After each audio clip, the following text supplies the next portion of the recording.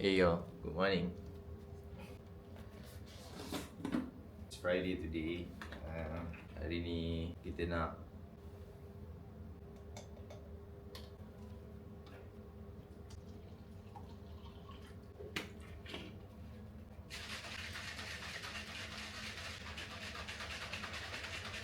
siap. Finally, I dapat my birthday gift. So this is my advance gift lah. Honestly, I'm so excited for this because I've been wanting for this bag because someone bought this bag for me. Tak buka lagi tapi dah suka lah. And then this bag they ship all the way from Gatwick, UK.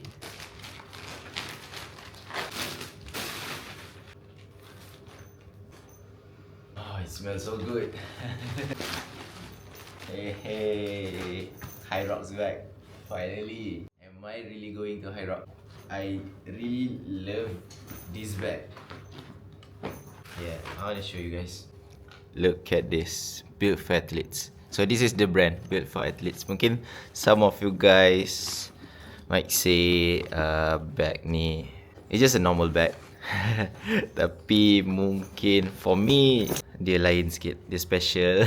Bag ni memang orang yang pergi Hyrox mostly dia akan pakai this bag, so kita FOMO. And then I pun nak join the trend. Okay, ni add on lah, minta tambah for this. Hehe. And then this, and then kalau korang tahu, mostly siapa yang pergi Hyrox, once diorang dah complete, dia akan dapat patch macam Hyrox Bangkok, Hyrox Singapore, mana-mana, kat mana negara yang dia pergi tu, dia akan dapat patch. So, because I tak pernah join Hyrox, do you guys think I can do Hyrox? I pun tak tahu. My first ever Hyrox will be in Korea, May 15. 3 hari je after my birthday. So, that's why I dah dapat siap-siap. This is my birthday gift. And then, I dah beli siap-siap patches yang nak tampal. Where should I put this? Alright.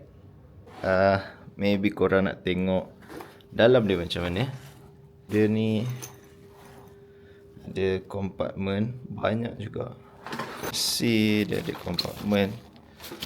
Dia boleh letak kasut, letak baju.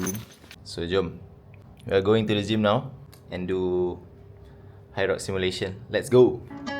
Like to taught me that relationships is complicated. Get my before my heart, at least I'm honest, baby. Stuck in trauma, I got scars because my mama, baby. So tired, you been looking for your father lately. And all these shawties telling get their money up. But once they money up, they just wanna You see it as conundrum, these really numb because the girl he really loved, she left him looking dumb. And I don't wanna feel the pain no more. Beat it out the... Tadi warm up tadi, my left knee dia sakit balik. Since hari tu lagi, dah sebulan lah.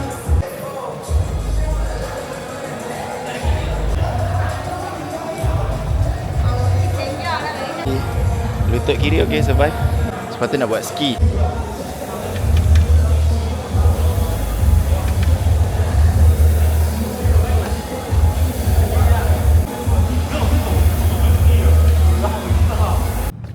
Hey yo, done for today.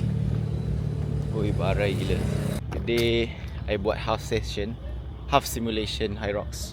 1 km run, and then buat mula-mula tu buat row 1000 meters, and then 1 km run buat ski, 1 km run lagi buat 200 meters farmers carry, and 1 km run lagi buat wall ball. So yang km terakhir tu, my left knee punya injury datang balik. Tiba-tiba dia tangkap tadi, sakit gila. So I stop dekat 300 meters and then I sambung dekat bicycle. And sambung complete kan. And then last one tu I buat wall ball. Wall ball tu pun lutut pun dah tak kuat. But yeah, it's always like that. Every time during the training memang rasa nak give up barai gila, tapi bila dah habis rasa macam puas gila, nak buat lagi. The next day, every morning I akan ambil fish oil dengan vitamin D3. So yeah, let's start with fish oil.